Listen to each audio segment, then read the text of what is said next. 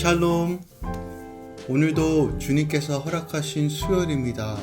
오늘 하루도 우리 주 예수 그리스도의 은혜와 평강이 할렐루야 모든 지체 가운데 또한 함께 말씀을 나누는 모든 성도 가운데 충만히 임하길 우리 주 예수 그리스도의 이름으로 선포합니다. 10월 21일 수요일 아침 예배 성삼위 하나님께 올려드립니다. 사도신경으로 우리의 신앙을 고백합니다.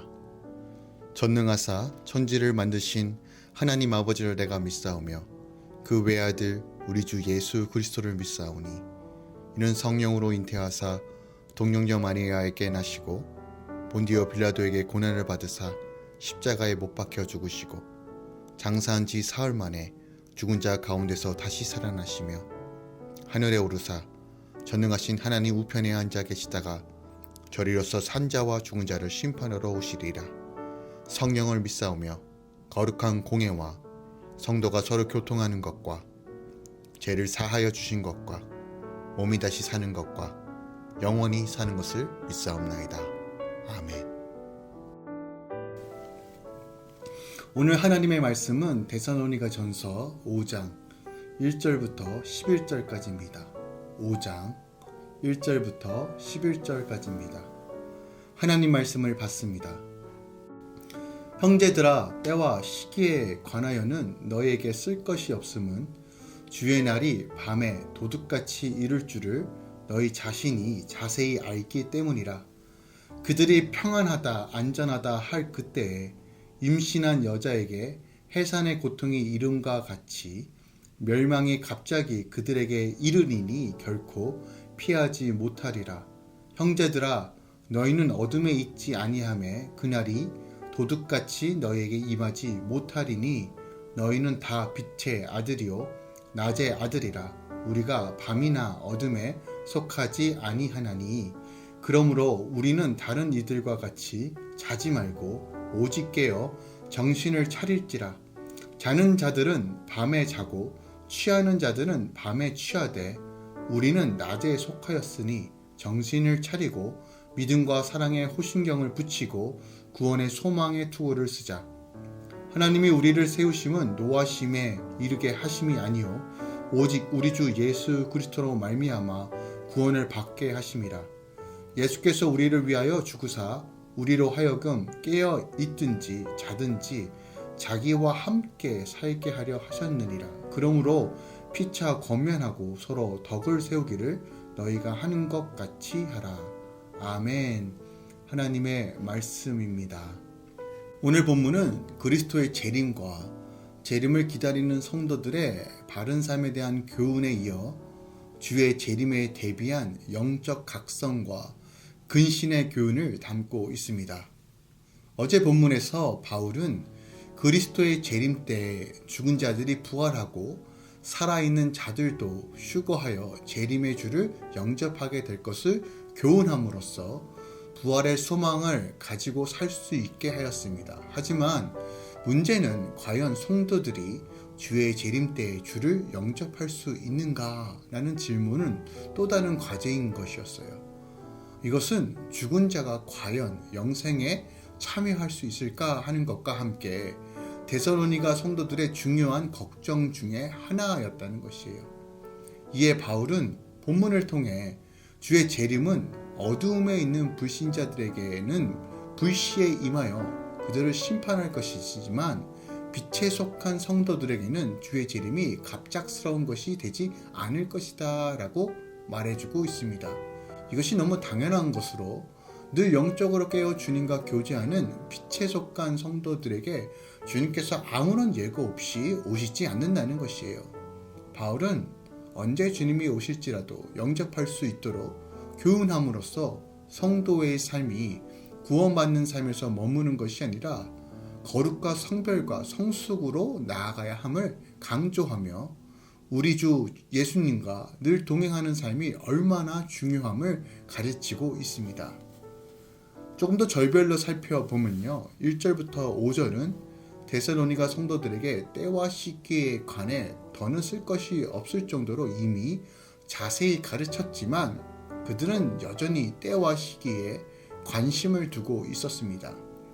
성경은 성도들이 이 땅에서 겪게 될 고난과 어려움에 대해 분명히 말씀하였음에도 불구하고 우리는 막상 고난이 찾아오면 하나님이 회복시켜 주실 때와 시기에만 관심을 갖습니다.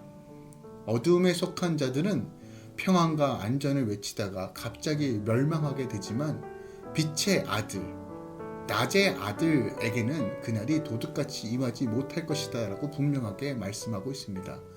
임신한 여자가 해산의 날을 준비하듯이 성도는 늘 깨어 주의 날을 고대하며 믿음으로 걸어가야 한다는 사실을 기록하고 있습니다.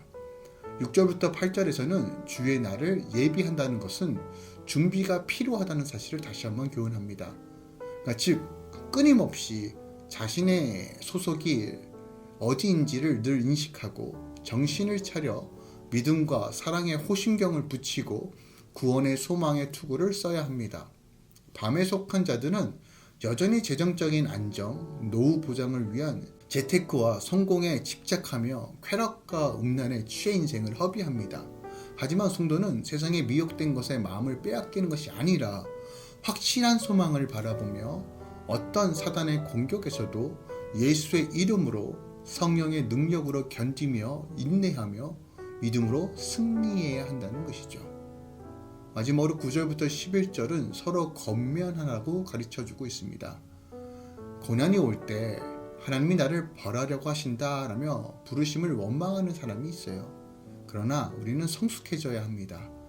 이미 받은 구원을 넘어 주의 날까지 이루어갈 구원을 위해 사랑의 징계로 우리를 양육하며 살든지 죽든지 주를 위해 사는 것, 주님과 동행하는 삶을 통해 복음의 능력으로 서로 덕을 세우며 나아가야 한다는 것이에요. 그럼 오늘 본문을 통해 우리가 오늘 하루 적용해야 할 말씀은 무엇이 있을까요?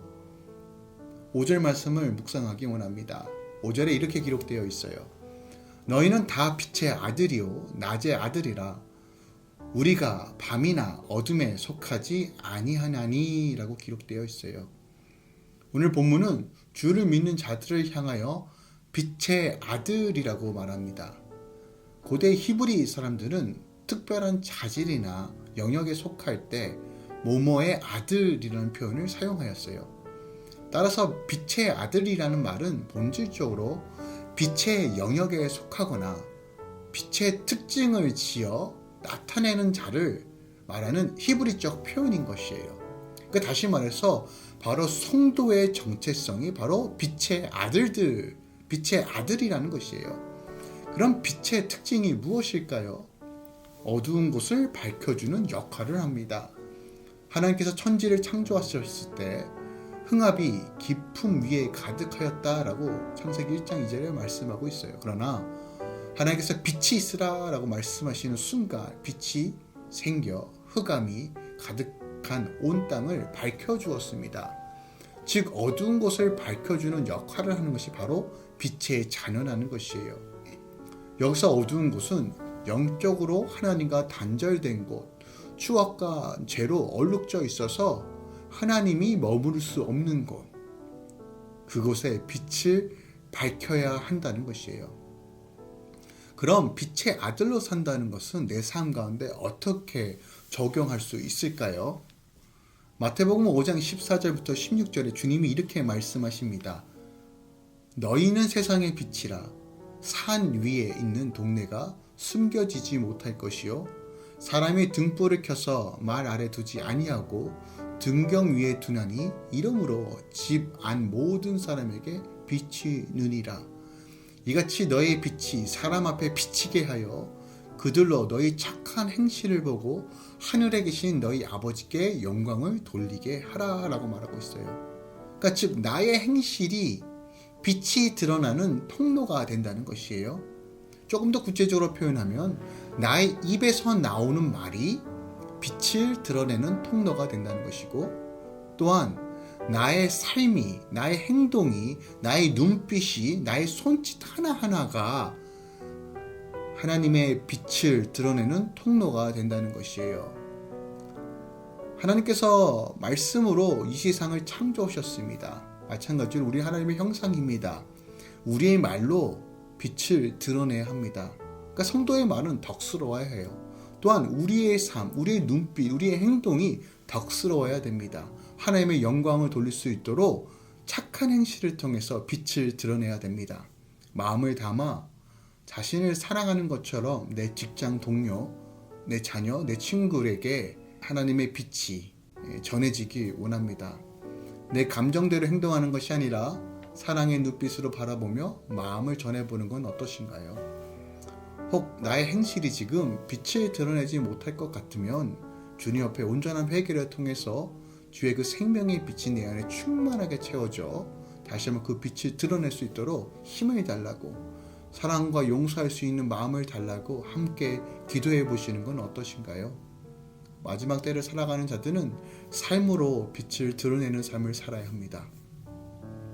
우리는 빛의 자녀라는 특권을 받은 자뿐만이 아니라 빛의 자녀로서 삶을 살 것을 요구받았습니다. 그 이유는 우리 아버지 하나님께서 빛이시며 우리 주 예수 그리스도께서 이 빛의 삶을 온전하게 사셨기 때문에 우리도 마땅히 그를 따라가는 자들이라면 빛의 자녀처럼 살아야 합니다. 성도가 빛의 삶을 살 때만이 주를 기쁘시게 하는 삶, 또한 더 나아가 내 삶 가운데 하나님 나라가 온전히 확장되는 삶을 살 수 있다는 것을 기억하십시오.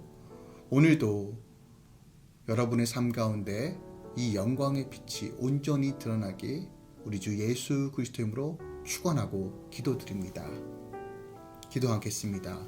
사랑하는 주님, 주님은 빛이십니다. 어둠을 비치시는 빛, 또한 우리를 빛의 아들이라고 칭하셨습니다.